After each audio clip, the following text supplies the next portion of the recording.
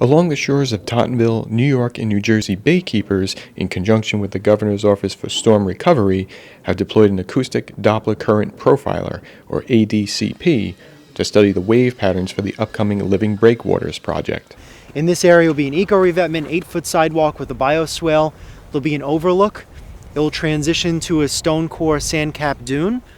And then from that point, past Brighton Street, it'll transition into an earthen berm. The ADCP records valuable monthly data that is sent to labs for creation of a living barrier ecosystem, something that could safeguard from future damaging tidal surges.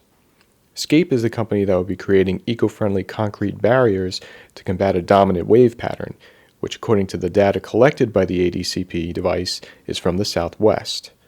Nans Voren is the designer who will be creating the breakwaters. Our design aims at reducing erosion and risk reduction along the shoreline of Tottenville. It's a threefold approach project, so we are actually trying to reduce the risk but also implement habitat, as well as creating social resiliency with the community through a special program that we call the Water Hub.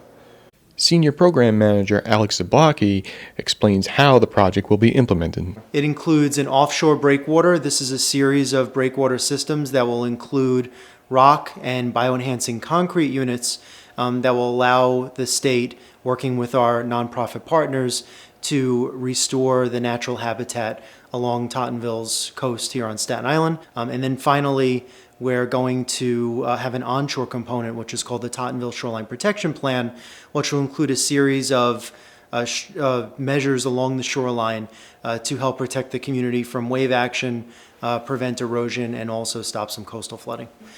So it's meant to break down the wave action for storms like Sandy or lower level storms we've seen in Irene or other tropical storms and nor'easters, and prevent erosion and help rebuild the shoreline's sand.